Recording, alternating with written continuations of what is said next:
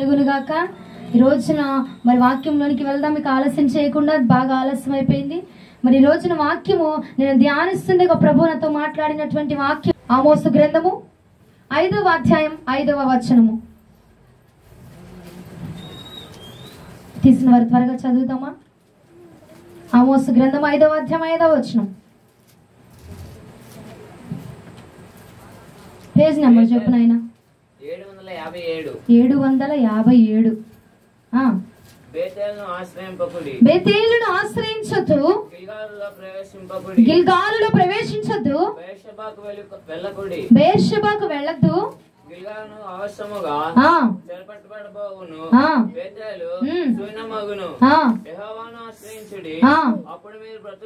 హల్లెలూయా హల్లెలూయా.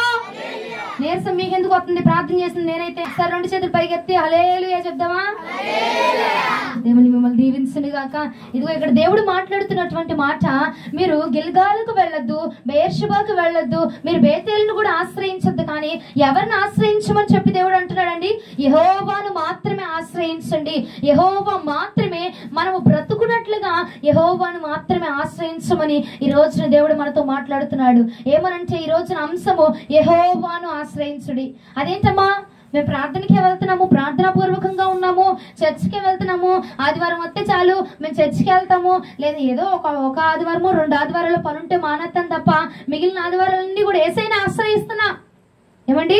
యేసు ప్రభుని ఆశ్రయిస్తున్నా. ఎక్కడ మైకు పెట్టి ప్రార్థన పట్టుకొని వెళ్ళిపోతున్నా బైబిల్ పట్టుకొని. ఆయన అంటున్నాడు ఆశ్రయించడం అంటే కొన్ని ద్వారాలు. ఏమండి? మనం వెళ్ళాలి, మార్కెట్కి వెళ్ళాలి, ఒక రూట్లోనే వెళ్ళాలి. నువ్వు 25 సందులు తిరిగి 25 మందిని కలుసుకొని మార్కెట్కి వెళ్ళి నువ్వు ప్రచారం చేసుకొని మాట్లాడుకొని రావడానికి కాదు.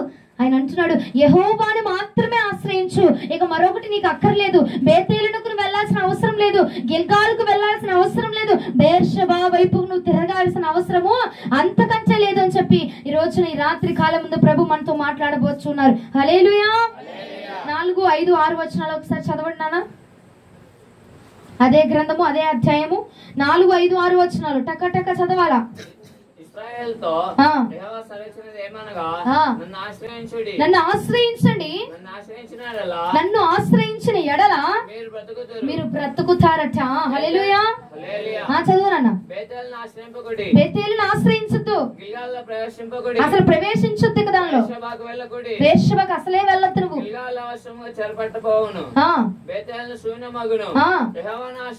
యెహోవాను ఆశ్రయిస్తే మీరు బ్రతకబోతున్నారట. హల్లెలూయా. ఇంకా చదువునా.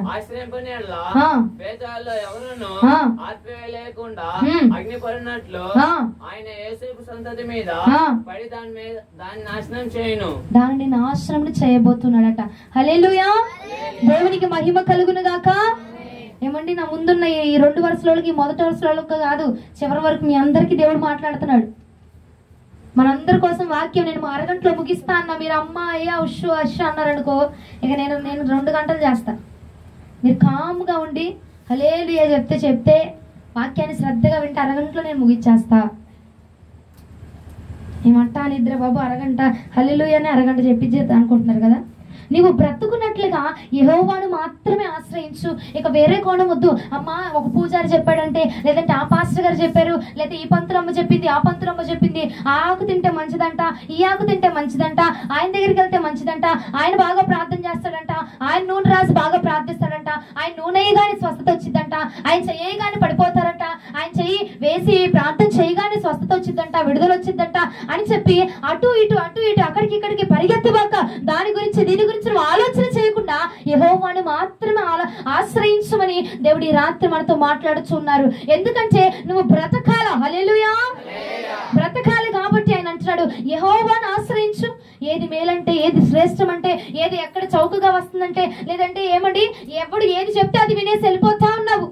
ఆ పాస్టర్ అమ్మ బాగా చేసిద్ది ప్రార్థన, ఆ పాస్టర్ గారు బాగా ప్రార్థన చేస్తారు, ఆయన చెయ్యేస్తే పడిపోతారు, ఈయన చెయ్యేస్తే దులుపుకొని వచ్చేస్తారు అని చెప్పి వారిని వీళ్ళని ఆశ్రయించి వారి వైపుకు వీరి వైపుకు తిరుగుతూ, అందుకే దేవుడు అన్నాడు బెయేర్షెబాకు వైపుకు నువ్వు వెళ్ళొద్దు, గిల్గాలు వైపుకు నువ్వు తిరగబాక, బేతేలు నువ్వు ఆశ్రయించాల్సిన అవసరం లేదు. నువ్వు యెహోవాను మాత్రమే ఆశ్రయించాలా. నీకు కరువా, కాటకమా, ఇబ్బంది, వేదనైనా, శోధనైనా ఏదొచ్చినా నువ్వు బ్రతకాలంటే, నువ్వు జీవం పొందుకోవాలంటే, ఆ సమస్యల నుంచి నువ్వు బయటికి రావాలంటే పాస్టర్లను ఆశ్రయిస్తే నువ్వు జీవం పొందుకోవు. పాస్టర్లను ఆశ్రయిస్తే నువ్వు బయటికి రాలేవు. యెహోవాను ఆశ్రయిస్తే మాత్రమే నువ్వు బయటికి రాగలవని దేవుడు ఈ రాత్రి మాట్లాడుతూ ఉన్నారు. హల్లెలూయా, హల్లెలూయా. ఆయన నూనె పోస్తాడమ్మా. ఆయన నూనె పోస్తే బాగా స్వస్థత వచ్చింది, వెంటనే పోయిద్ది దయ్యము, వెంటనే పోతే చీకటలు, వెంటనే పోతే దురాత్మలు అని చెప్పి వాళ్ళు చెప్తే వాళ్ళ మడకాల, వీళ్ళు చెప్తే వీళ్ళ వెనకాల నువ్వు పరిగెత్తుబాక. ఏమండి, ఏ సేవకుడైన ప్రార్థన మాత్రమే చేయగలరు, విడిపించేది ఆయన మాత్రమే. హల్లెలూయా, స్పందించండి. హల్లెలూయా, ఆయన మాత్రమే విడిపించగలడు. నువ్వు ఎంత గొప్ప దైవజనుడి దగ్గరికి వెళ్ళినా, ఎంత గొప్ప దాసుని వద్దకు వెళ్ళినా సరే, నువ్వు ఏమంటే ఎంత గొప్ప గొప్ప పాస్టర్ వద్దకు వెళ్ళినా, కోటేసుకునే పాస్టర్ అయినా, తలబట్టలు వేసుకునే పాస్టర్ అయినా, ఎవరైనా సరే విడిపించేది ఆయన మాత్రమే.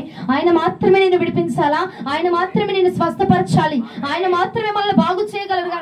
అందుకే ఆయన అంటున్నాడు, నువ్వు బ్రతకాలంటే నా వద్దకు రా చాలు, ఇంకెవరి దగ్గరికి వెళ్ళవసరలా. ఆ పాస్టర్ గారమ్మా, ఈ పాస్టర్ గారమ్మా, ఆ మాంత్రికుడమ్మా, ఈ మాంత్రికుడమ్మా, ఆ పూజారమ్మా, ఈ ఎవరు అవసరం లేదు నీకు. ఆ చెట్టు, ఈ పుట్ట, ఆ గాజులు, ఈ గాజులు, ఆ అట్టుపండు తినమన్నాడు.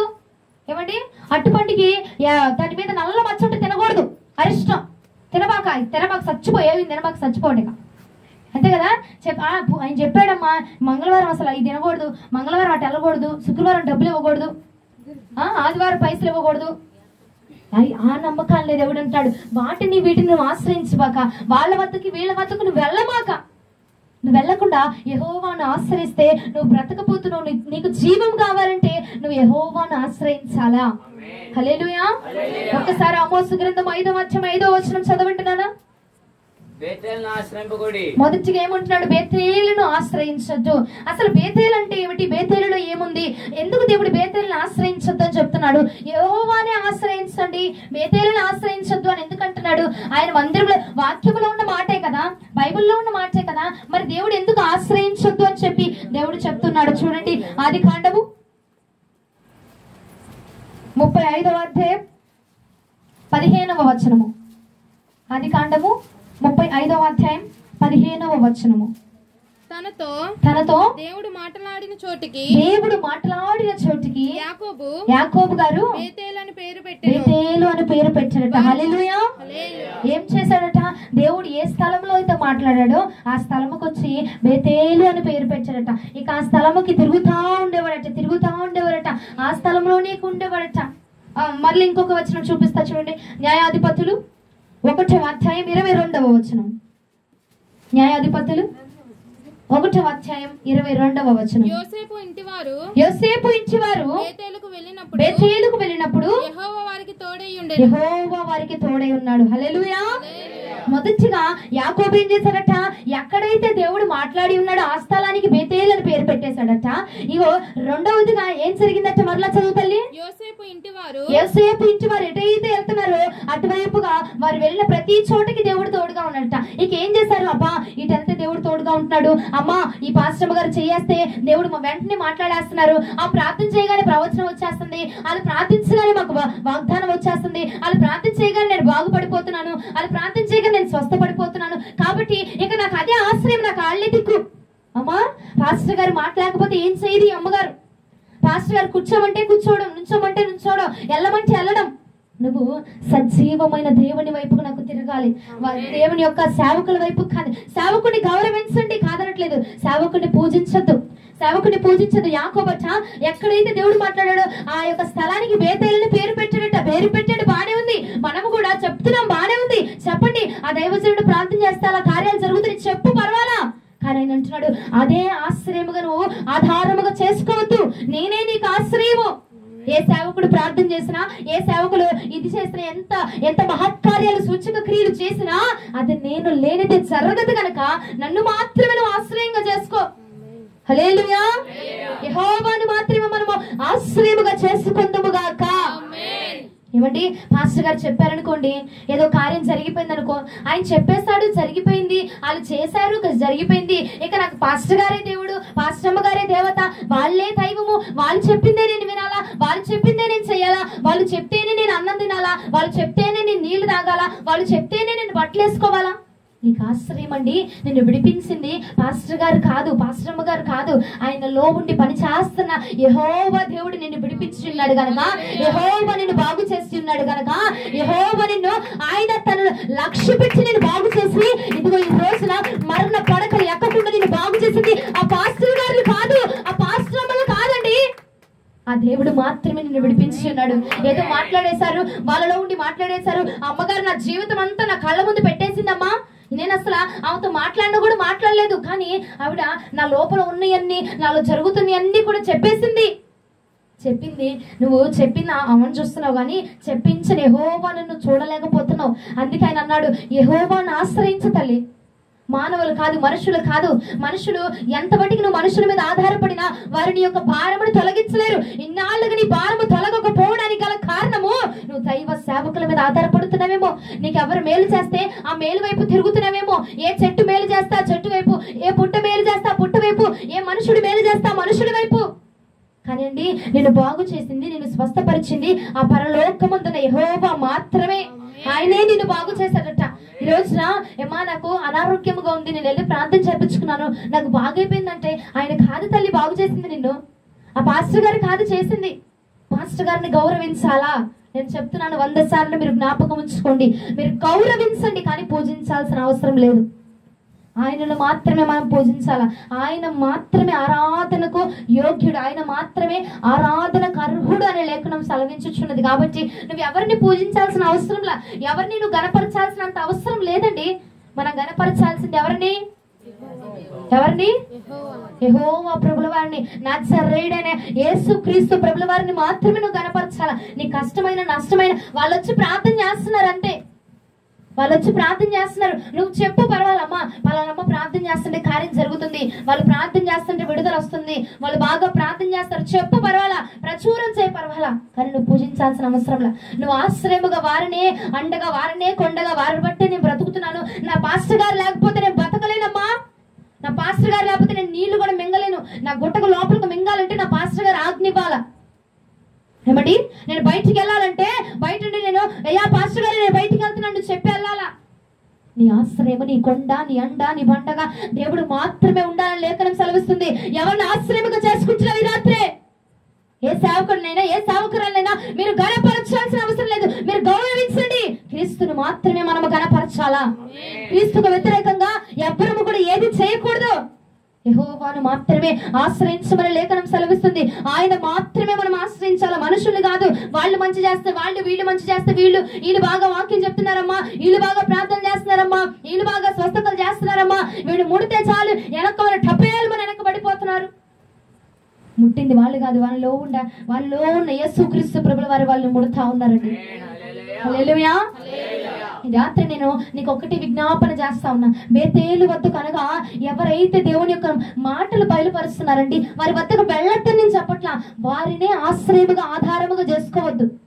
క్రీస్తు మాత్రమే మనకు ఆధారం. ఏ బాధ వచ్చినా ముందు నువ్వేం చేయాలా? యేసుక్రీస్తు ప్రభుల వారి దగ్గరికి వెళ్ళి నీ ప్రార్థన గదిలోనికి వెళ్ళి అయ్యా నాకు ఈ సమస్య వచ్చిందని నువ్వు చెప్పాలా. కానీ నేటి కాలంలో ఎలా ఉన్నారో తెలుసునండి, నీ ఇంట్లో పిల్లి చచ్చినా, కుక్క చచ్చినా, ఏం చచ్చినా, ఏం అనారోగ్యం వచ్చినా మొదటిగా ఫోన్ ఎవరికి వెళ్ళిపోద్ది? పాస్టర్ గారికి. మొదటిగా ఫోన్ ఎవరికి వెళ్ళిపోద్ది? లేదంటే మొదటిగా ఎవరికి చెప్పేస్తావు? పాస్టర్ అమ్మ గారికి. నువ్వు చెప్పాల్సింది పాస్టర్ గారికో, పాస్టర్ అమ్మల గారికో కాదు, ప్రార్థన పరులకు కాదు. ముందుగా నువ్వు యేసు ప్రభుల వారికి చెప్పి ఆ తర్వాత నీ బాధ అంతా వెళ్ళబుచ్చుకో వారి దగ్గర. నీ బాధ అంతా చెప్పితే అప్పుడు యేసు ప్రభుల వారు అంటారు, అమ్మా నాకు ముందే వచ్చి నా బిడ్డ చెప్పింది కాబట్టి నేను ప్రార్థన చేస్తున్నాను, నువ్వు చెప్పు, నేను ప్రార్థన చేస్తాను, కార్యం జరిగిద్దా నువ్వు చెప్పు అని. అప్పుడు దాసుడు ద్వారా దేవుడు నీతో మాట్లాడతాడండి. హల్లెలూయా, హల్లెలూయా. ఒక్కసారి 2 చేతులు పైకెత్తి హల్లెలూయా చెప్తాం, స్తోత్రాలు చెప్తామా? బిగ్గరగా బిగ్గరగా బిగ్గరగా. ఎంతమంది ఉన్నారు? స్వరం చాలా రావచ్చు, అస్సలు వినపడట్లా. ముందున్న వాళ్ళే చెప్తున్నారు, మందిని చెప్పాలి. చిట్టండి నోరు తెరవాలా, వెనకుండాలి. కెమెరా వెనకాల నాకు కనపడలేదు అనుకోబాకండి. నువ్వు తెరువు నోరు, చెప్పితేనే ఉంటా మీకు. ఇంకా ఇంకా ఇంకా ఇంకా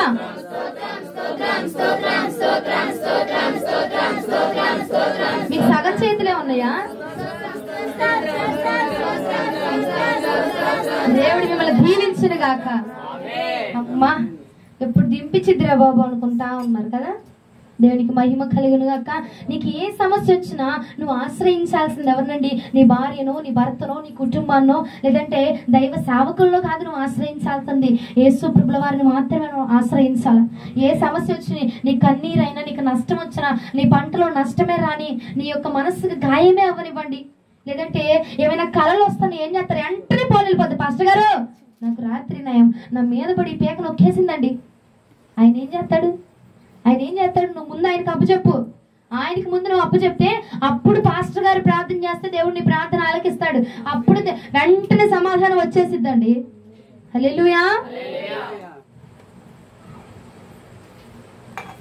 నీ ఎవ్వరు వినపడట్లా నాకు అసలు.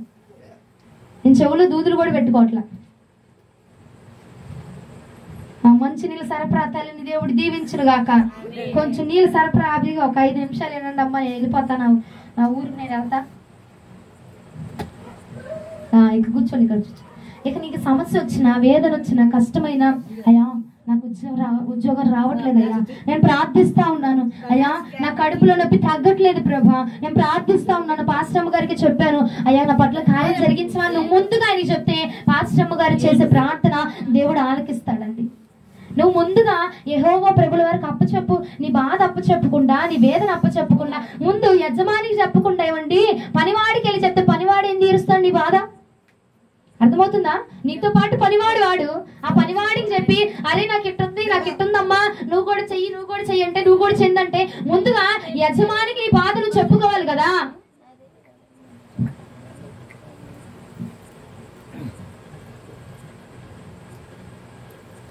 హల్లెలూయా.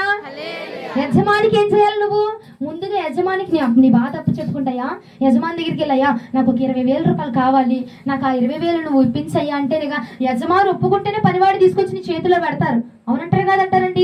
అలాగనా నువ్వు యేసు ప్రభుల వారికి ముందు వెళ్ళి నీ ఇంట్లో నీకు ఒక ప్రార్థన స్థలం ఉంది చూసావా, ఆ స్థలంలోకి వెళ్ళి మోకరించయ్యా నాకు ఈ సమస్య ఉంది ప్రభా, పలానా అప్పు ఉంది, లేదంటే పలానా రోగం ఉంది, పలానా వేదనతో నేను బాధపడుతున్నా, నా భర్త మారు మనసు పొందట్లేదయ్యా, కొన్ని చీకటి శక్తులు నా కుటుంబాన్ని అవహేళన చేస్తా ఉన్నాయి, వాటిని బాధిస్తా ఉన్నాయి, నా కుటుంబాన్ని హింసిస్తా ఉన్నాయి ప్రభా, నువ్వు విడిపించవా అని చెప్పి నువ్వు ఇంట్లో మొదటిగా ప్రార్థన చేసి అప్పుడు దాసుడి వద్దకు వస్తే ఏమండి దాసుడు చేసిన ప్రార్థన దేవుడు ఆలకిస్తాడు.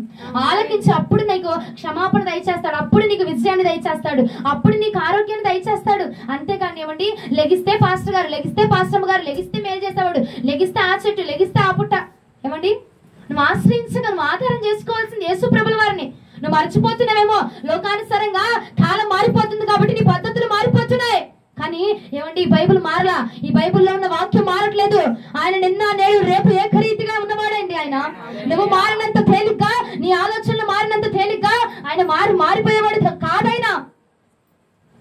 వాళ్ళు మేలు చేస్తే వాళ్ళ కోసము, వీడి మేలు చేస్తే వీడి కోసము, లేదంటే ఆ పాస్టర్ గారు చేస్తే స్వస్థత వచ్చిందని ఆ పాస్టర్ గారు వెనకాల ఆ తైలాభిషేకాలు, ఈ తైలాభిషేకాలు, ఆ ప్రాంతంలో ఈ ప్రాంతంలో ఎక్కడ గురుకుతున్నావు?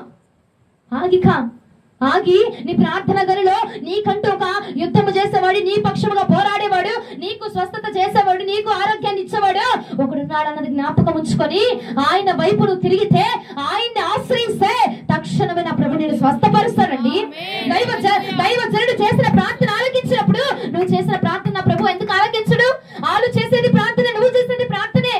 నీకు ఒకటి తెలిసిన వచ్చి రాని ప్రార్థన నా ప్రభు ఇంకా ఆలకిస్తాడట, ఇంకా మరి ఎక్కువగా దీవిస్తాడటండి. నువ్వు వచ్చి రాని ప్రార్థన చెయ్యి, నా ప్రభు ఆ ప్రార్థన ఆలకిస్తాడు. నువ్వు గంటల తరబడి ఏదో ఫిలాసఫీ చదివేసినట్టుగా కవితలు రాసేవాడిలాగా నువ్వు ప్రార్థన చేయకపోయినా పర్వాలా. అమ్మ నాకు వచ్చి రాని ప్రార్థన, అయ్యా స్తోత్రం అంటారు, నా బాధ చెప్తా ఆమెను కొడతా, పర్వాలా అదే చెయ్యి, ఆ ప్రార్థన నా ప్రభు ఆలకిస్తాడండి.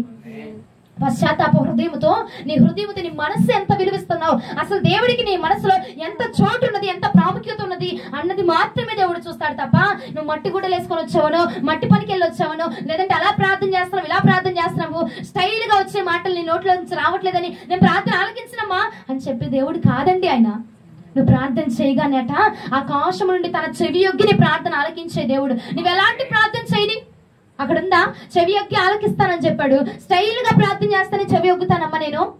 ఏమండి బైబిల్లో ఉన్నట్టుగా ప్రార్థిస్తానే నేను చెవి యొగ్గి నేను ప్రార్థన ఆలకిస్తా అని చెప్తున్నాడు దేవుడు. నువ్వు ఎలా ప్రార్థన చేసినా నీ గోడు వినేవాడు ఆయన ఉన్నాడు కాబట్టి ముందుగా నీ బాధ ఆయనకి వెళ్ళబుచ్చుకో చాలు.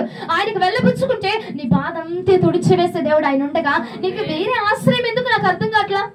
వేరే ఆధారం ఎందుకండి? వాళ్ళ దగ్గరికి వెళ్ళి నీ బాధ చెప్పుకొని వాళ్ళ దగ్గర నువ్వు చులకనయ్యే బదులు యేసు ప్రభుల దగ్గరికి వెళ్ళి, అయ్యా నా బాధ ఇలా ఉందయ్యా, నా కుటుంబం వారే నాకు వ్యతిరేకంగా పనిచేస్తున్నారయ్యా, అయ్యా మానసికంగా, శారీరకంగా, లైంగికంగా నేను చాలా కృంగిపోతున్నాను ప్రభా, నా భర్తను మార్చవా?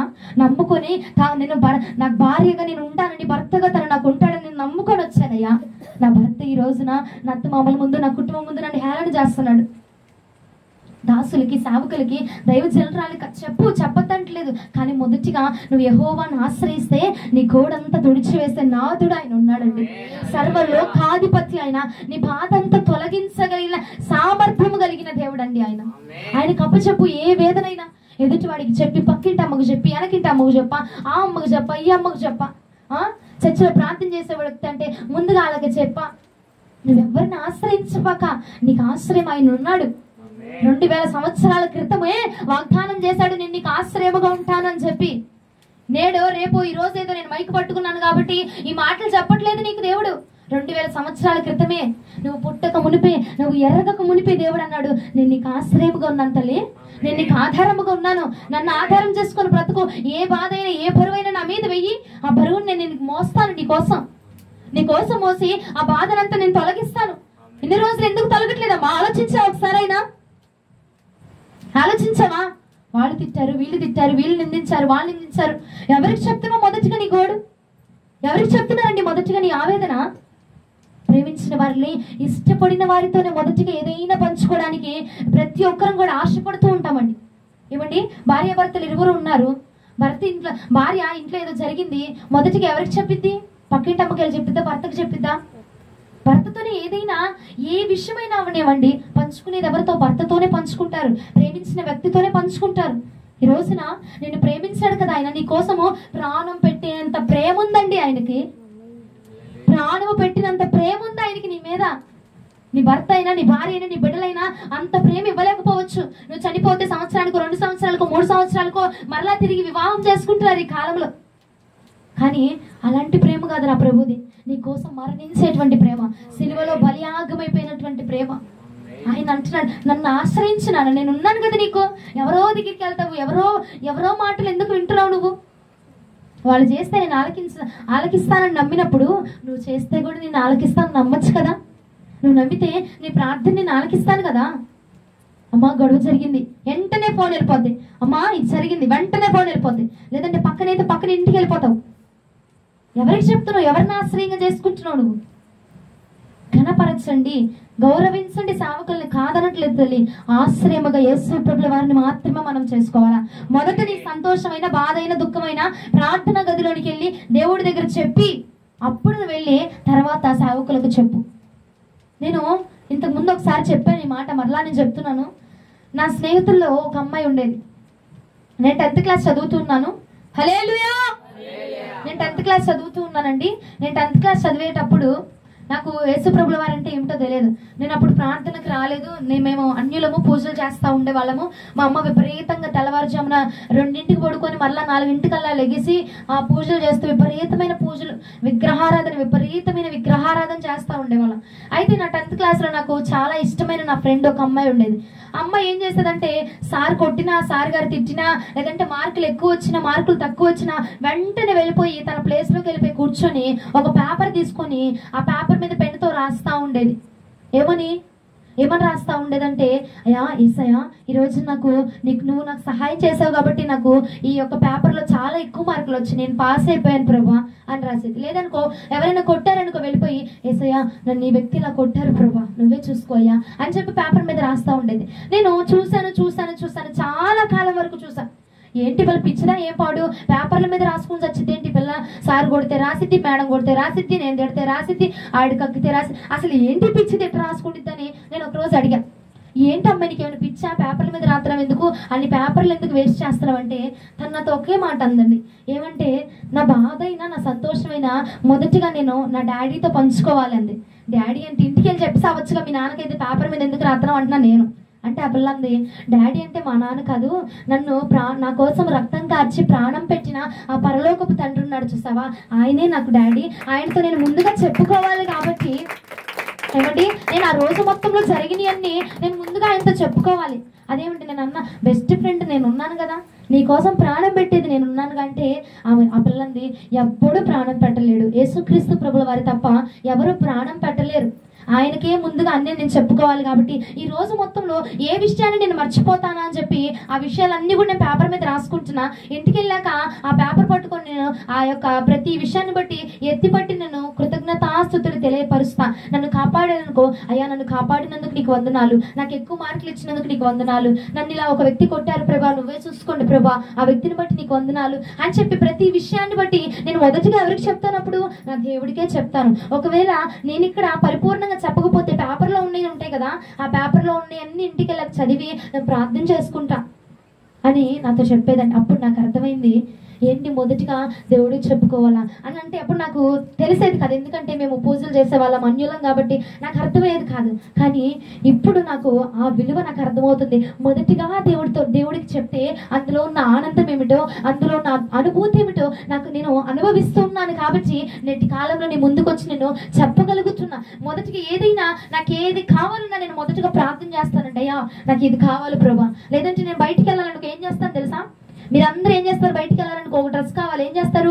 వెళ్ళి అలమర ముందు నుంచొని ఎత్తుక్కుంటా ఉంటారు. కానీ నేను అలా చేయను, అయ్యా నేను ఈ రోజు బయటికి వెళ్ళాలా, నేను ఏ డ్రెస్ వేసుకొని వెళ్ళాలా, నాకు మీరు బయలుపరిచినాను కానీ నా కళ్ళ ముందుకి ఇంకా అదే డ్రెస్ కనబడతా ఉంటుంది, ఇక వేరేది నేను వేసుకోను, ఇక ప్రాంతం చేసి నేను అదే వేసుకుంటా.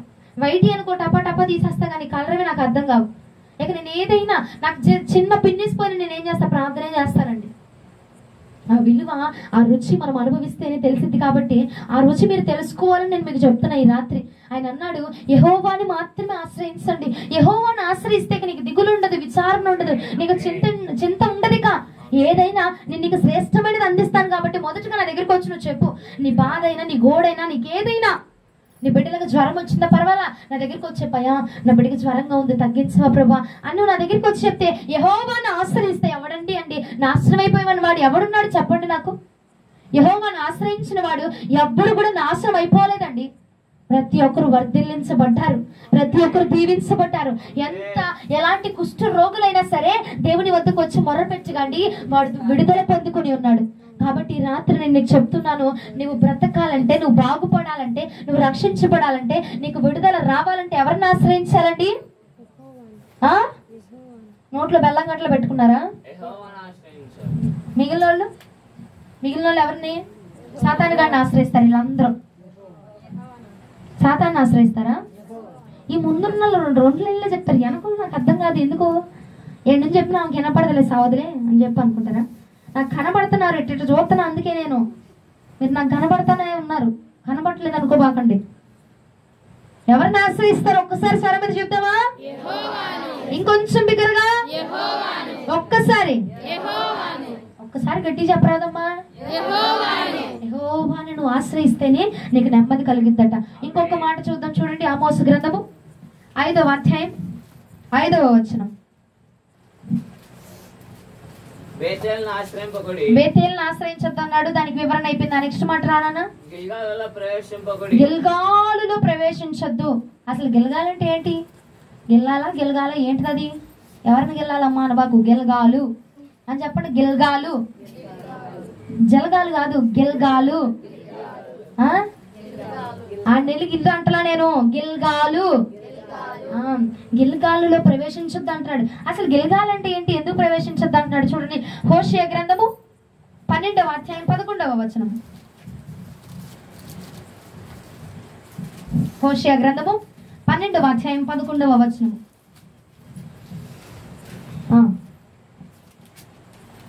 వీళ్ళు మనసులో ఒకసారి చదువుకొని మరలా రెండోసారి బయటకు చదువుకొని అప్పుడు మూడోసారి పైకి చదువుతున్నారు వీళ్ళు. చదువు నాన్న. హోషేయ గ్రంథం 12వ అధ్యాయం 11వ వచనం. నిజముగా గిల్గాలు చెడ్డది, గిల్గాలట చెడ్డదట, వ్యర్థములు గిల్గాలులో జనులు ఎడ్లను బలులుగా అర్పింతురు, వారి బలిపీఠములు దున్నిన చేని గనుల మీదను రాళ్ల కుప్పల వలెనున్నవి. ఆ, యాకోబు ఆ, తప్పించుకొని ఆ. సిరియా దేశంలోనికి పోయెను. చాలు. మరలా అదే హోషేయ గ్రంథము 9వ అధ్యాయం 15వ వచనం ఒకసారి చదవండి. హోషేయ గ్రంథము 9వ అధ్యాయం 15వ వచనం. అదే అధ్యాయం వెనక పేజీ తిప్పితే వచ్చేది. వారి చెడుతనమంతయు వారి చెడుతనమంతయు కనబడుచున్నవి. గిల్గాలులో కనబడుతుందట. నేను వారికి విరోధినైతిని. ఇచ్చటిని నేను వీరికి విరోధినైపోయి ఉన్నానట. వారి దుష్క్రియలను బట్టి వారిని ఇకను ప్రేమింపక నా మందిరంలో నుండి వారిని వెలివేతును. హల్లెలూయా. గిల్గాలుల గురించి దేవుడు ఏమన్నాడు? గిల్గాలులో సమస్తము చెడ్డదే ఉందట. అక్కడ ఎడ్లను అర్పిస్తారట, గొర్రెల్ని బర్రెలన్నీ అర్పిస్తా ఉంటారట. అవి ఏంటో ప్రాణార్పణ ప్రాణదానం చేస్తా ఉంటారట. ఆయన అంటున్నాడు 9వ అధ్యాయం 15వ వచనంలో, ఈ స్థలములోనే, ఏ స్థలంలో? గిల్గాలులోనే నేను వారికి విరోధినైపోయి ఉన్నాను. వారు అర్పించుచున్న బలులను బట్టి, వారు చేస్తున్న పనులను బట్టి, వారు చేస్తున్న క్రియలను బట్టి, వారు చేస్తున్న మూఢ నమ్మకాలను బట్టి నేను ఏమై ఉన్నానని దేవుడు చెప్తున్నాడండి. నేను విరోధినైపోయి ఉన్నాను. ఏమా నీకు అర్థం కాలేదు కదా? నేను చెప్తాను. ఏ రోజు మంచిది? శుక్రవారం మంచిది, ఆదివారం చెడ్డది. ఏమండి? మంగళవారం మంచిది. ఆ రోజు అసలు డబ్బులే తీయకూడదు. ₹1 ఇచ్చామంటే ఆ రోజున నీ గల్లాపెట్టులో ఉన్న డబ్బులన్నీ ఖాళీ అయిపోతాయి. ఆ రోజే మంచిది, ఆ రోజే మామిడాకు తీసుకోవాలా. ఆ రోజే మంచిది, ఆ రోజే పచ్చగా ఉన్న అరటి పండు తినాలా. ఆ రోజే మంచిది, ఆ రోజే మంచం మీద పడుకోవాలా. ఇక మిగిలిన రోజులు ఏ రోజులు మంచం మీద పడుకోకూడదు. ఏమండి? ఆ రోజే మంగళవారం పూటే మామిడికి ఆకులు తీసుకెళ్తే మంచిది అన్నారు. మంచిదని జాతకం చెప్పారు, జ్యోతిష్యం చెప్పారు. ఆ రోజు ఈ రోజు దినములు చెడ్డవి కనుక మీరు త్వరపడండి. సమయం లేదిక, మీరు త్వరపడాల్సిన అవసరం ఉంది. అంటే మీరు ఏ దినముల కోసం ఎదురు చూస్తారమ్మా? మంగళవారం, శుక్రవారం, బుధవారం, గురువారం, ఈ రోజుల కోసము నువ్వు వేచి ఉండొద్దు. దేవుడు అంటున్నాడు గిల్గాలు చెడ్డది, అక్కడ నేను వారికి విరోధిని ఉన్నాను. ఎందుకమ్మా? నువ్వు అర్పిస్తున్న బలులను బట్టి, నువ్వు సమర్పిస్తున్న బలులను బట్టి. ప్రార్థనా పరులే వీళ్ళు, క్రైస్తవులే, చర్చిలకి వెళ్తారు కానీ మంగళవారం పూట డబ్బులు తీరు. ప్రార్థనా పరులే వీళ్ళు, చర్చిలకి వెళ్తారు. ఏమండి? బల తీసుకునే వ్యక్తులే మళ్ళీ శుక్రవారాల పూట డబ్బులు తీరు, ప్రార్థన చేయరు. ఏమండి? ఎవరికైనా ఇస్తే అంటే ఏమో గల్లా పెట్ట ఖాళీ అయిపోయిందట. ఎందుకు ఆ రోజులు, ఆ దినాలు, ఆ మూఢ నమ్మకాలు పెట్టుకొని ఆయన అంటున్నాడు ఆ నిమిషమే, ఆ క్షణమే నేను నీకు విరోధం అయిపోతూ ఉన్నాను. గిల్గాలులో ప్రవేశించిందని నేను చెప్తున్నాను కదా. అయినా నువ్వు వినకుండా ఏం చేస్తావంటే, అమ్మా ఉప్పు ఇంట్లో నిండుగా ఉండాలా, పప్పు ఖాళీ అయిపోయిన పర్వాలేదు ఉప్పు నిండుగా ఉండాలా, చింతపండు దండిగా ఉండాలా. అడిగే అంటున్నాడు దేవుడు గిల్గాలులో నువ్వు ప్రవేశించద్దు. ఆ ఆచరణలు, ఆచారాలు, ఆ విభేదాలు నీకు అనవసరము. దానిలో నుంచి నా రక్తము కార్చి నిన్ను వేరు చేశాను కదా. మరలా ఆ మూఢ నమ్మకాల్లోకి నువ్వు ఎందుకు వెళ్తున్నావు? ఆదివారం పూటే తీయాలా, లేదంటే శుక్రవారం పూట డబ్బులు తీయకూడదమ్మా, శుక్రవారం పూట ఉప్పు ఇవ్వకూడదు. అదేంటి దరిద్రులు అయిపోతారు. ఉప్పిస్తే పిల్లి ముందుకు రాకూడదు, నక్కెనక్కి రాకూడదు, కుక్క ముందు రాకూడదు. అంతే కదండి, అదే జరుగుతుంది. మళ్ళీ నువ్వు ఎక్కడికి వెళ్ళేదంటే బైబుల్ పట్టుకుని మందిరానికే. ఒక అమ్మ బైబుల్ పట్టుకొని వెళ్ళిద్ది, ఎదురుగా కుక్క వచ్చిందో, పిల్లి వచ్చిందో, నక్క వచ్చిందో వెళ్ళిపోయింది. ఇంకా ఇంటికి వెళ్ళిపోయి కూర్చొని మంచం మీద కూర్చొని ఒక గ్లాసు నీళ్ళు తాగి మళ్ళీ వెనక్కి తిరిగి వచ్చిందట. నువ్వు క్రైస్తవులుగా ఉన్నావు, క్రీస్తును ధరించుకున్నావు కాబట్టి నీకు అవన్నీ అనవసరము. గిల్గాలులో నువ్వు ప్రవేశించద్దు. ఒకడు వెళ్తా ఉంటాడు బండ్లు వేసుకొని, నువ్వు ఎదురురా, నువ్వు వెనకరా, నువ్వు పక్కన రా. వాళ్ళు సంతోషం అండి, వాళ్ళు ఎదురొస్తే మంచిదండి, డబ్బులు దొరుకుతాయండి, బంగారం దొరికిద్దండి, పిండా కూడా దొరికిద్ది. ఏం దొరికిద్ది? ఆడి మనిషే, దేవుడు కానుక ముందు వచ్చేది. ఏమండి? ఆ మూఢనమ్మకాలు వద్దు. నీకు ఎట్టిలైనా క్రీస్తు ప్రభుల వారు ముందొస్తేనే మనం దీవించబడతాం. అక్కడ ఏ మనిషి ఎంత పెద్ద వ్యక్తులైనా మీరు పెద్ద వ్యక్తులను గౌరవించండి. నాన్న నేను చెప్తుంది అదే. సేవకులనైనా మనుషులనైనా నువ్వు గౌరవించు, గణపరచొద్దు. గణపరచాల్సింది క్రీస్తును మాత్రమే, ఆయన్ని మాత్రమే గణపరచాలి. కాబట్టి గిల్గాలులో నువ్వు ప్రవేశించొద్దు. ఆ రోజు మంచిది, ఈ రోజు మంచిది, ఉప్పు తిను, పప్పు తిను, సాంబార్ తిను, ఏమండి ఉప్పు చేపలు తిను, మామిడికాయ చేపలు తిను, ఆ చేపలు తిను, నీకు అవన్నీ అనవసరం. నువ్వు గిల్గాలులో ప్రవేశించాల్సిన అవసరం లేదు. యెహోవాని మాత్రమే ఆశ్రయించు. నీ కరువైన, కష్టమైన, నష్టమైన ఏదొచ్చినా నువ్వు ప్రయాణం చేస్తావున్నా నీకు ఎదురుగా ఎవరు రావాలా? యేసు ప్రభుల వారు రావాలా. యేసు ప్రభుల వారు వస్తే అప్పుడు మనం దీవించబడతామండి. నీ ప్రయాణంలో యేసై ఉండాలా, నీ మార్గంలో యేసై ఉండాలా, నీ జీవితంలో యేసై ఉండాలా, నీ భవిష్యత్తులో యేసు ప్రభుల వారు మాత్రమే ఉండాలా. ఇంకెవరు ఉండాల్సిన అవసరం లేదు. ఏమండి? మీరేమండి? నా ముందున్న వాళ్ళ ప్రాణం ఉందా? ప్రాణం ఉంటే హల్లెలూయా చెప్పండి ఒకసారి. మరి ఏంటి గొంతు చించుకొని అంత చెప్తారు మీరు? హల్లెలూయా కూడా చెప్పరేంటండి? నేను చెప్తుంది నా కోసం కాదుగా, మీరు చేసే పనులేగా. మీరు ఇవి చేసే పనులా కాదా? మరి అవును, అందుకే హల్లెలూయా చెప్పండి. అమ్మ చేసే కాబట్టి మౌనంగా ఉన్నాం, తిడతంటే ఎట్టారుతామమ్మా అంటారా? తిట్టట్లా. దేవుడు చెప్తున్నాడు ఇది చేయకూడదు నాన్న, అవి చెయ్యకుండా నన్ను ఆశ్రయించు, నన్ను ఆశ్రయిస్తే నేను నిన్ను కాపాడుతాను, నువ్వు బ్రతుకుతావు. నువ్వు వాడి చేతిలోకి వెళ్ళి, అపవాది చేతిలోకి వెళ్ళి నువ్వు చిక్కుబడి మరణించడం కంటే నా చేతిలోకి రా, నా వద్దకు వచ్చి నువ్వు బ్రతకడం నీకు మేలైనది. ఇంకా మంగళవారాలు, శుక్రవారాలు, ఆదివారాలు నువ్వు ఇక చూడబాక. నేను ప్రతిరోజు నిరంతరము కూడా నిన్న నేడు రేపు ఏకరీతిగా ఉన్నవాడు ఆయన. మంగళవారం ఆయన పవర్, ఆయన శక్తి తగ్గిపోదు. శుక్రవారం ఆయన శక్తి తగ్గిపోదు. ఆదివారానికి వచ్చేసరికి ఎక్కువ అయిపోదు. పునరుద్ధారణ అయిపోడు ఆయన. ఏమండి, ప్రతిరోజు ఆయన పునరుద్ధానుడిగా మన మధ్యలో సంచరించుచున్న దేవుడు ఆయన. ఒట్టు గట్టిగా చప్పట్లు కొట్టుకు దేవుడు నామమున మహిమపరుస్తాం. ఆయన పునరుద్ధానుడిగా నిరంతరము పనిచేసే దేవుడు అండి. ఇక్కడ 2-3 ఉన్నారా? 2-3 లేరుగా, చాలా మందే ఉన్నారు కండి. మరి మీరు చప్పట్లు వినబట్టలేదండి?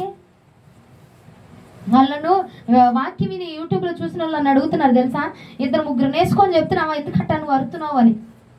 నా ముందు ఉండే వాళ్ళకి వాళ్ళ స్వరం లేదమ్మా అంట. నేను ఏం చేస్తా, ఇక వాళ్ళు మాట్లాడరమ్మా, సిగ్గు నోటి మీద, పైటేమో తల మీద చెప్తే ఏం చెప్పను నేను అంటే చెప్తా. అరిసేరనుకు ఇగో ఈ జనాభానే వీళ్ళే చెప్తారు. ఇక వెనకోడు, ఇక గోడ దాటము, మా గోడ మాది. దేవుడి నామాన్ని మీరు అరిస్తే ఆదివారం అరుస్తారు మహా అంటే, అంతేనా? మధ్యలో ఏమన్నా అరుతున్నారా? హల్లెలూయా నేనే కండి చెప్పించేది. ఒక్కసారి హల్లెలూయా చెప్పండి. ఒకసారి చెప్పండి. ఇక చిటాంటి నువ్వు అసలు నిలబట్ల, నా ముందే ఉన్నావు నువ్వు. ఒకసారి గట్టిగా హల్లెలూయా. దేవునికి మహిమ కలుగును గాక. రోజులు, వారాలు, తిథులు, నక్షత్రాలు ఇవన్నీ నీకు అనవసరం అండి. నువ్వు వేరు చేయబడ్డావు, క్రీస్తు రక్తంలో కడగబడ్డావు. నువ్వు లోకానుసారమైన బిడ్డవు కాదు, ఆత్మకు సంబంధించిన వ్యక్తివి. ఆత్మానుసారంగా నువ్వు జీవించాల్సినటువంటి వ్యక్తివండి. నువ్వు వాటిని ఆచారం చేయాల్సిన అవసరంలా.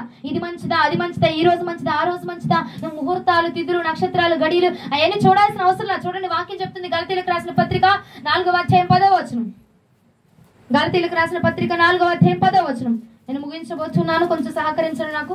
మీరు దినములను మాసములను ఉత్సవ కాలములను సంవత్సరములను ఆచరించుచున్నారు. మీ విషయమై నేను పడిన కష్టము వ్యర్థమైపోవునేమో అని మిమ్మల్ని గురించి బాధపడుచున్నాను, మిమ్మల్ని గురించి భయపడుతున్నాడంట. వీళ్ళ కోసం దేవుడు కాచిన రక్తం ఎక్కడ వృధా అయిపోతారా బాబు? వీళ్ళేంటారు, రోజులు అంటారు, ఆ రోజులు అంటారు, ఈ రోజులు అంటారు, సంవత్సరికాలు అంటారు, జ్ఞాపకార్థాలు అంటారు, దినములు అంటారు, పుట్టినరోజులు అంటారు, పుట్టినరోజు అంటారు, ఇది ఈ రోజు అంటారు, లేచిన రోజు అంటారు, వచ్చిన రోజు అంటారు, అసలు సంవత్సరాలు అంటారు, సంవత్సరికాలు అంటారు, ఉత్సవాలు అంటారు, ఆ ఉత్సవాలు ఈ ఉత్సవాలు అంటారు, మాసములు అంటారు, శ్రావణ మాసం, శుక్రమాసం, ఆ మాసం, ఈ మాసం, ఇవన్నీ అంటారేంటారు బాబు? వీళ్ళ కోసం కాచిన రక్తం ఏమైపోద్ది? వీళ్ళేంటి ఇలాంటి దౌర్భాగ్యమైన స్థితిలో ఇలాంటి ఆచారాలు పాటిస్తున్నారేంటి అని చెప్పి దేవుడు బాధపడుతూ ఉన్నారండి. వీళ్ళేంటి ఇలా ఇదైపోతున్నారు? అపోస్తులుడైన పౌలయ్య గారు అంటున్నారు, మీరు దినములను, మాసములను, గడియలను లెక్కించుకోవాల్సిన అవసరంలా. ఈ గడియ మంచిది, ఆ గడియ మంచిది కాదు. నీకు గడియలు, మాసాలు, దినములు, రోజులతో నీకు సంబంధం లేదండి. ఎందుకంటే ఆయన నిన్న, ఈ రోజు, రేపు ఎప్పుడైనా ఒకేలా పనిచేస్తాడు. ఆయన ఎప్పుడు ఆదివారం మొత్తం ఒకలా, శుక్రవారం మొత్తం ఒకలా, బుధవారం మొత్తం ఒకలా పనిచేయడు. ప్రతిరోజు ఏకరీతిగా పనిచేస్తాడు. ప్రతిరోజు వెళ్ళి నీ మోకాలు చేయి ప్రార్థన చేయాలి. ఈరోజు అమావాస్య, మీకు తెలుసా? బయటకు వచ్చారు మీరు అందరూ, మీకు అట్లాంటి ఏం లేవుగా. మా ఊళ్ళో రారు, అమ్మో అమావాస్య తొలిపేది 20 కొంతమంది, పళ్ళెం కూడా జరపరు మా ఊర్లో, తెలుసా మీకైతే? అమావాస్య, శ్రావణ మాసం, శుక్రమాసం, ఆ మాసం, ఈ మాసం, నీకు మాసాలతో సంబంధం ఏముంది? మరలా చదువు అమ్మ, స్పష్టముగా మెల్లగా చదువు. మీరు దినములను మాసములు ఉందా లేదా? మాసాలను ఉందా లేదా? ఏ మాసములు? శ్రావణ మాసము, సౌభాగ్య మాసం ఉందా? సౌభాగ్య మాసం ఏదో మాసాలు చదువుతాయి, ఏం చచ్చిందో ఆ మాసాలు. చదువు తల్లి. ఉత్సవాలు. అబ్బా, ఆ ఉత్సవం అంటే పరిగెడతావు, ఈ ఉత్సవం అంటే పరిగెడతావు, అక్కడ ఊరేగింపు ఉంటే పరిగెడతావు, ఇక్కడ ఊరేగింపు అంటే పరిగెడతావు. సంవత్సరాలు, సంవత్సరికాలు చెయ్యకూడదు, ఆచరించుచున్నారు. ఆచరిస్తున్నారంట. అవన్నీ ఆచరించకూడదు, అవన్నీ నువ్వు ఆచరణలో పెట్టకూడదు. నువ్వెందుకంటే చనిపోయిన వారిని నువ్వు వెంబడించాల్సిన అవసరం లేదండి. క్రీస్తుని మాత్రమే మనం వెంబడించాలా. నీకు ఇది విరోధముగా ఉండొచ్చు ఈ మాటలు, కానీ బైబిల్లో ఉన్నది ఉన్నట్టుగానే నేను చెప్తున్నాను. ఉన్నది ఉన్నట్టుగానే చెప్తున్నానండి. మనము దినములు, పుట్టినరోజులు, ఆ రోజులు, ఈ రోజులు నువ్వు చేసుకోవాల్సిన అవసరంలా. నీకు అతి అభ్యంతరము. నువ్వు ఆ రాజు కోసం వేచి ఉండాలి. కాబట్టి ఇవన్నీ నువ్వు పట్టించుకోవాల్సిన అవసరంలా. ఆ రోజు మంచిది, ఈ రోజు మంచిది. అందుకే ఆయన అన్నాడు, గిల్గాలులో ప్రవేశించద్దురా బాబు, నువ్వు ఎక్కడికైనా వెళ్ళి ఏదైనా చేయగాని గిల్గాలులో ప్రవేశించద్దు. గిల్గాల్ అనగా ఆచరణలు, గిల్గాల్ అనగా ఆ రోజులు, ఈ రోజులు. గిల్గాల్ అంటే ఏంటి? ఆ మాసాలు, ఈ మాసాలు, ఆ దినాలు, ఈ దినాలు అయ్యే పాటించాలా, అప్పుడే చేయాలా, అప్పుడే మింగాల, అప్పుడే కక్కాలా. ఆ రోజున నువ్వు పాటించాల్సిన అవసరం. ఎందుకంటే వాటి కోసమే కదా ఆయన రక్తాన్ని కాచి నీ కోసము ప్రాణాన్ని పెట్టింది. దేనికోసము? నిన్ను వేరు చేయడానికి కదా, లోకంలోంచి నేను లోకంలోంచి వేరు చేయడానికి చూశాడు. కాబట్టి ఇక నువ్వు అవన్నీ పాటించాల్సిన అవసరం లేదు. ఆ రోజు మంచిది, ఈ రోజు మంచిది, ఇంక ఇవన్నీ వదిలిపెట్టేసాయి. ప్రతిరోజు మనకు మంచి రోజే, ప్రతిరోజు శ్రేష్టమైన రోజేనండి. హల్లెలూయా. హోషేయ గ్రంథము 2వ అధ్యాయం 11-12 వచనములు. హోషేయ గ్రంథము 2వ అధ్యాయం 11-12 వచనాలు. దాని ఉత్సవ కాలములను, పండుగలను, అమావాస్యలను, విశ్రాంతి దినములను, నియామక కాలములను మాన్పింతును. నా బిడ్డ గ్రాండ్లు నాకు ఇచ్చి జీతమని అది తన ద్రాక్ష చెట్లను గూర్చియు అంజూరపు చెట్లను గూర్చియు చెప్పినది కదా. నేను వాటిని లయపరుతును. నేను వాటిని లయపరుస్తా. అపవాది గాడు అంటున్నాడట, ఇది ఈ మనుషులు నాకు ఇచ్చే జీతం. ఏంటిది? దినాలను ఆచరించడము, సంవత్సరికాలు ఆచరించడం, ఈ రోజు మంచిది, ఆ రోజు మంచిది అని చెప్పి నువ్వేం చేస్తున్నావు? రోజులు చేసి శ్రావణ మాసం, శుక్రమాసం, ఇక ఏంటిది శుక్రవారము, మంగళవారం వీటిని ఆచరించి ఎవరిని సంతోషపెడుతున్నావట? అపవాదిని సంతోషపెడుతున్నావట. వాడు నిన్ను బట్టి సంతోషిస్తున్నాడట. యేసు ప్రభుల వారు కాదమ్మా, నేను ఆదివారం పూట మందిరానికి వెళ్తున్నా, కానీ ఏం చేస్తావు? మంగళవారం కోడిని కొయ్యకూడదు, ఇది కొయ్యకూడదు, అది చేయకూడదు, ఇది చేయకూడదు, ఎన్ని పాటిస్తున్నావు కదా. అంటే నువ్వు ఎవరిని ఆచరిస్తున్నావు? ఎవరిని ఆచరణలో పెట్టుకుంటున్నావు? యేసు ప్రభుల వారిని కాదు, అపవాదును ఆచరిస్తా ఉన్నావు. ఇవన్నీ నా బిడ్డలు చేస్తున్నారు కాబట్టి నువ్వు వెళ్ళి చెప్పు. గాజులు వేసుకోకూడదు, చౌలీలు పెట్టుకోకూడదు, ఈ కాదు, నువ్వు ఇది చేయకూడదు అని చెప్పు. ముందు ఈ చెప్పు. నువ్వు వెళ్ళి గిల్గాలులో ప్రవేశించద్దని చెప్పు. ఆ ఫోన్లో చూసిద్ది అమ్మ, ఆయన చెప్పాడంట, అదే చేసిద్ది. ఏమండి ఉన్నారు, ఇట్లాంటి వాళ్ళు ఉన్నారు. చర్చికి వెళ్ళిద్ది, ప్రార్థన చేసిద్దావా, ప్రార్థన చేయించుకునిద్ది మళ్ళా. కానీ ఏం చేస్తుంది?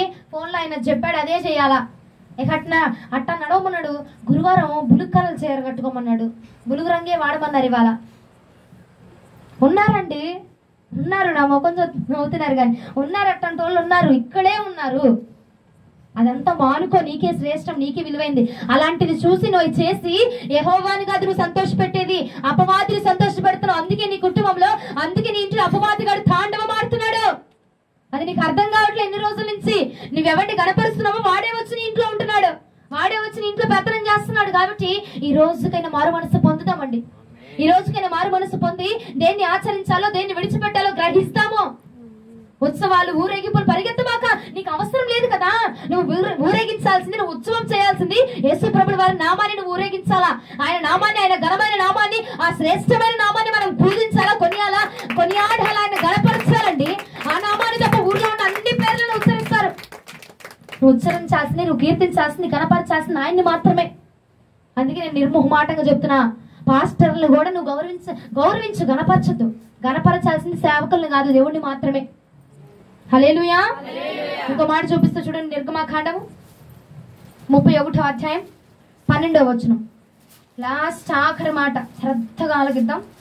నిర్గమకాండము 31:12. మరియు యెహోవా మోషేతో ఇట్లా నేను నీవు ఇశ్రాయేలీయులతో నిజముగా మీరు నేను నియమించిన విశ్రాంతి దినములను ఆచరింపవలెను. ఏం చెప్తున్నాడు? దేన్ని ఆచరించమంటున్నాడు? విశ్రాంతి.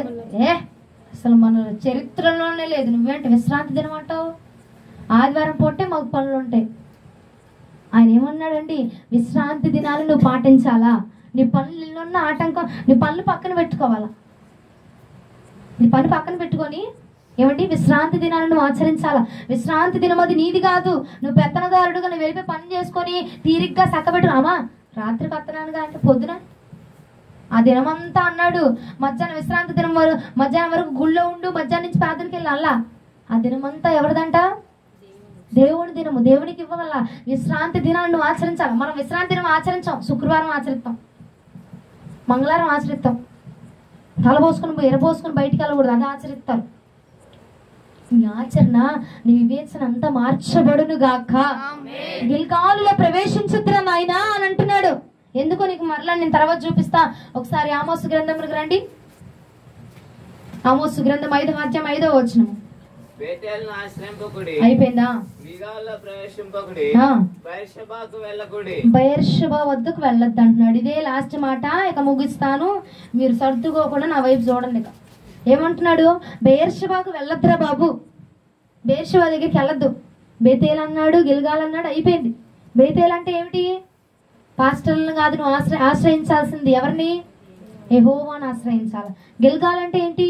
రోజులు, మాసాలు, దినాలు కాదు, నువ్వు యెహోవాను మాత్రమే ఆశ్రయించాలి. ఇప్పుడు బెయేర్షెబా అంటున్నాడు చూడండి. ఆదికాండము 21వ అధ్యాయం 14వ వచనం.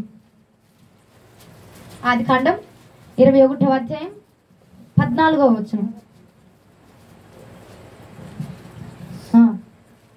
అబ్రహాముతో చెప్పెను, కాబట్టి తెల్లవారినప్పుడు అబ్రహాము లేచి ఆహారమును నీళ్ళ తిత్తిని తీసుకొని ఆ పిల్లవానితో కూడా ఆమె భుజము మీద వాటిని పెట్టి ఆమెను పంపివేసెను. ఆమె వెళ్ళి బెయేర్షెబా అరణ్యములో ఇటు అటు తిరుగుతూ ఉన్నదట. బెయేర్షెబా అనగా అరణ్యము. అరణ్యం అంటే మీరు అడవులు అనుకోబాకండి. అరణ్యము అనగా పాపము, లోకాశ, శరీరాశ, నేత్రాశ, జీవపు టంపము అనే బెయేర్షెబా వద్దకు నువ్వు వెళ్ళొద్దు. ఆ లోకాశల వైపు నువ్వు తిరగద్దు, ఆ శరీరాశల వైపు తిరగద్దు, ఆ మోహపు చూపుల వైపు నువ్వు తిరగద్దు, ఆ యొక్క లోకం వైపు నువ్వు తిరగబాక. యెహోవాను ఆశ్రయించమని లేఖనం సెలవిస్తూ ఉన్నది. ఏమంటున్నాడు? ఆ బెయేర్షెబా అరణ్యములో ఆమె ఏం చేసిందట? ఇటు అటు తిరుగుతూ ఉన్నదట.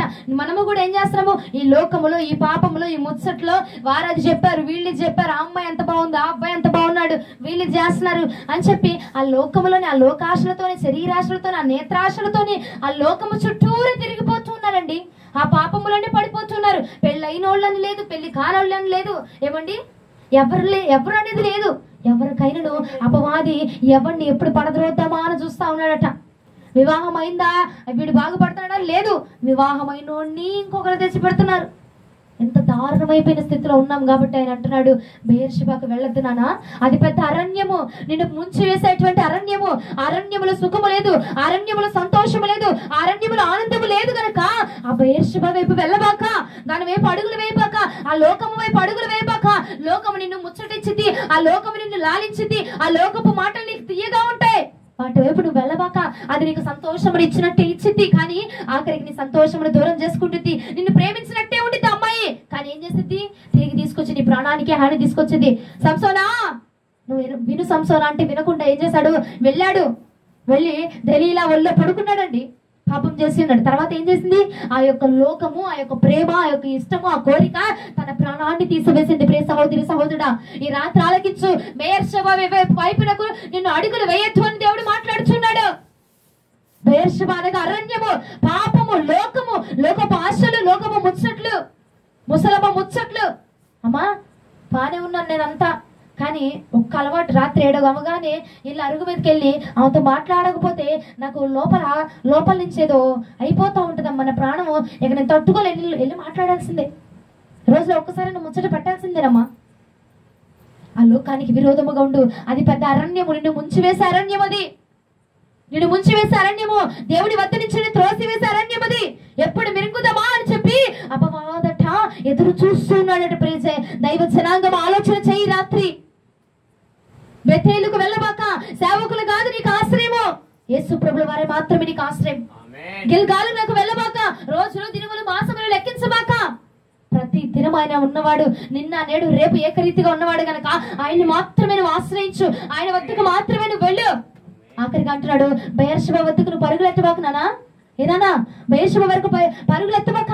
అది నీకు ముందు ఆనందాన్ని కలగజేసింది, ముందు సంతోషాన్ని ఇచ్చింది, కానీ ఆఖరికి నీ ప్రాణాన్ని కోరుకుంటుంది. అది నీకు ఉరిని కోరుకుంటుంది. ఆ పని నీకు ముందు ఆనందాన్ని కలిగించింది, కానీ తర్వాత నీ ప్రాణాన్ని కోరుకుంటుంది. కాబట్టి అటు వెళ్ళబాక, అది చెయ్యబాక, అటువైపు నువ్వు అడుగులు వేయబాక అని చెప్పి రాత్రి హెచ్చరిస్తున్నాడు.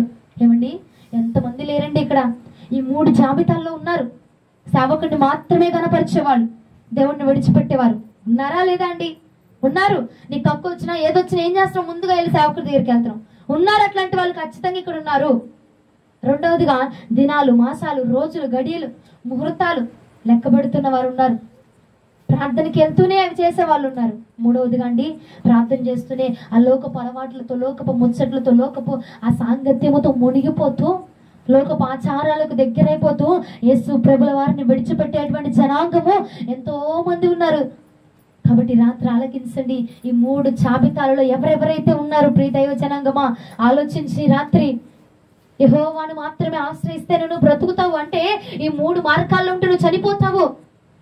అమ్మా ఎక్కడ చనిపోతావు? ఈ భూమి మీద మరణం అందరికీ ఉంది. నువ్వేంటి కొత్తగా చెప్తున్నావు? ఈ భూమి మీద మరణం కాదండి, ఆ పరలోక రాజ్యంలో అపవాదిగాడు నిన్ను ఎప్పుడు మిరింగేద్దామా, ఎప్పుడు ఆ నరకంలో పడేద్దామా అని చెప్పేసి ఆ మరణం కోసం వాడు ఎదురు చూస్తున్నాడు. శాశ్వత కాలపు మరణం కోసము వాడు ఎదురు చూస్తున్నాడు. గనక ఈ 3 జాబితాల్లో ఉంటే దయచేసి వారు మనసు పొందుతాము. సేవకుని కాదు, దేవుని మాత్రమే ఆశ్రయించు. నీ ప్రార్థన గదిలోనికి వెళ్ళి మొదటిగా ఆయనకు మాత్రమే చెప్పు, మొదటిగా ఆయనకు మాత్రమే వివరించు, మొదటిగా ఆయనతో మాత్రమే మాట్లాడు. ఏమండి? రెండవదిగా దినాలు, మాసాలు, గడియలు, ముహూర్తాలు చూడబాక. ప్రతిరోజు ఆయన నీతో ఉన్నాడు. కాబట్టి అయ్యా ఈ రోజు నేను వెళుతున్నా, నా ప్రయాణంలో నువ్వు తోడుగా ఉండండి అని ప్రార్థన చేసి వెళ్ళి చాలు. లోకానుసారమైన ముచ్చట్లో, లోకానుసారమైన మనుషుల మాయలో పడిపోయండి ఎన్నో జీవితాలు నాశనం అయిపోతున్నాయి. ఎన్నో కుటుంబాలు నాశనం అయిపోతున్నాయి. భార్యాభర్తల మధ్య విభేదాలు. ఏమండి? మనుషుల మాటలు విని లేఖనం ఏం సెలవుస్తుంది తెలిసిన? భార్యాభర్తల మధ్యలో తల్లిదండ్రులు కూడా వెళ్ళకూడదంట.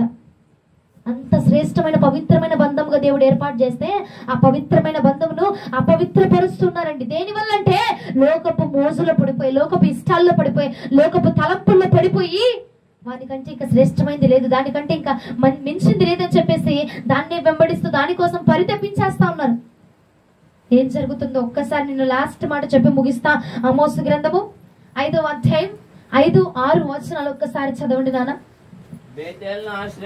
బేతేలును ఆశ్రయించద్దు చెప్పాను కదా. బేతేలు అనగా ఎవరి సేవకులైనా ఎంత గణపరిచేవాడినైనా నువ్వు ఆశ్రయించద్దు, దేవుణ్ణి మాత్రమే మొదటిగా ఆశ్రయించు. గిల్గాల్ అనగా రోజులు, దినాలు నువ్వు ఆశ్రయించద్దు. బెయేర్షెబా అనగా లోకంలో పడిపోవద్దు. సరిగ్గా చదువు నాయనా. గిల్గాలులో అవశ్యముగా చెరపట్టబడతావు. కాబట్టి గిల్గాలకు వెళ్ళొద్దు. ఎందుకంటే రోజులు, మాసాలు, దినాలు, గడియలు చూసావనుకో ఏమవుతావు? నువ్వు చెరపట్టబడతావు. చెరపట్టబడి నరకంలో వేయబడతావా? బేతేలు అనగా నువ్వు ఎవరినైతే ఆశ్రయం చేసుకుంటున్నావో ఆ తర్వాత అది శూన్యమైపోద్ది. వాళ్ళు ఏం చేస్తారు? పాస్టర్లు ఆశ్రయించిన పాస్టర్ దగ్గరికి వెళ్తున్నావు, తర్వాత తీర్పు విషయంలో పాస్టర్లు ఏం చేస్తారు? 2 చేతులు పైకి నాకు ఏ సంబంధం లేదంటారు. చదువుతాయి. యెహోవాను మాత్రమే ఆశ్రయించు, అప్పుడు మాత్రమే నువ్వు బ్రతుకుతావు. ఆశ్రయించని ఎడల బేతేలులో ఎవ్వడును ఆర్పివేయలేనంత అగ్ని పడినట్లుగా ఆయన యోసేపు సంతతి మీద పడి దానిని నాశనం చేయబోతూ ఉన్నాడు. ఈ 3 మార్గాలు వివరించగా అండి నేను ప్రార్థించగా దేవుడు నాతో ఈ 3 మాటలు మాట్లాడి ఉన్నాడు. కాబట్టి ఏదో ఓపెన్ సబాటి మాటలు కాదు, తేలికైన మాటలు కాదు, ఇవి చాలా విలువైన మాటలు. మనము చేసే మాటలు ఇవి. మనం అనుకుంటాం ఇవి చిన్నవేగా అనుకుంటాం, కానీ ఇవే నిన్నేం చేస్తున్నాయట? ఏం చేస్తున్నాయి నాన్న? ఆఖరి మాట ఆఖరి చదివేవు ఇప్పుడు. యెహోవాను ఆశ్రయించుడి, అప్పుడు మీరు బ్రతుకుదురు. ఆశ్రయింపని ఎడల బేతేలులో ఎవరును ఆర్పివేయలేనంత అగ్ని పడినట్లుగా నేను యోసేపు సంతతి మీద పడి దానిని నాశనం చేస్తాను. ఆయన అంటున్నాడు నేనే నాశనం చేస్తా. ఎందుకు నీకు ఉద్యోగం రావట్లా? ఎందుకు నువ్వు వృద్ధి చెందట్లా? ఎందుకు నువ్వు నీ కుటుంబం ఫలించబడట్లా? ఎందుకు నాశనం అయిపోతుంది? ఎంత చేసినా వృద్ధి రావట్లా అంటే అమ్మా ఈ 3 కారణం. ఈ 3 కారణాలకు ఒకటే సొల్యూషన్. యెహోవాను మాత్రమే ఆశ్రయించుడి. యెహోవాను మాత్రమే నువ్వు ఆశ్రయించుకుంటే ప్రతి విషయంలో నువ్వు యెహోవా వైపునకు తిరిగితే విజయము నీదే కేస్తున్నావు పెరట. ఏ చోటుకి వెళ్ళినా, ఏ స్థలంలోనికి వెళ్ళినా, ఎక్కడ ఏ మట్టి దీపమైన, ఏ శ్మశానం వద్దకు వెళ్ళి నువ్వు ప్రార్థన చేసినా నా ప్రభుని ప్రార్థన ఆలకించును గాక. హల్లెలూయా. యెహోవాను ఆశ్రయించి ఏ మరణం వైపు వెళ్ళినవండి నువ్వు జయించి తిరిగి వస్తావు అంతే. ఏ శ్మశానం దగ్గరికి వెళ్ళి నువ్వు ప్రార్థన చేసినా అక్కడ నా ప్రభు నీకు విజయాన్ని దయచేస్తాడు. కాబట్టి విజయాన్ని యేసు ప్రభుల వారి వైపు తిరిగితే నువ్వు విజయముతోటి నింపబడబోతున్నావు. హల్లెలూయా, హల్లెలూయా. వాక్యం అర్థమైందా? అర్థమైందా? ముందు వాళ్ళే ఊపుతారు, నాకు అర్థం కాదు. వాళ్ళ మెడకాయలే సరిగా ఉన్నట్టున్నాయి, మీ అందరు మెడకాయలు పట్టేసినాయా? అంత అయిపోయి నాకు మైకిల్ ఇస్తా, చెప్పిస్తా వాక్యం. దేవుడి వాక్యమును మన నీటిలో దీవించి ఆశీర్వదించి ఫలింప చెయ్యునుగాక.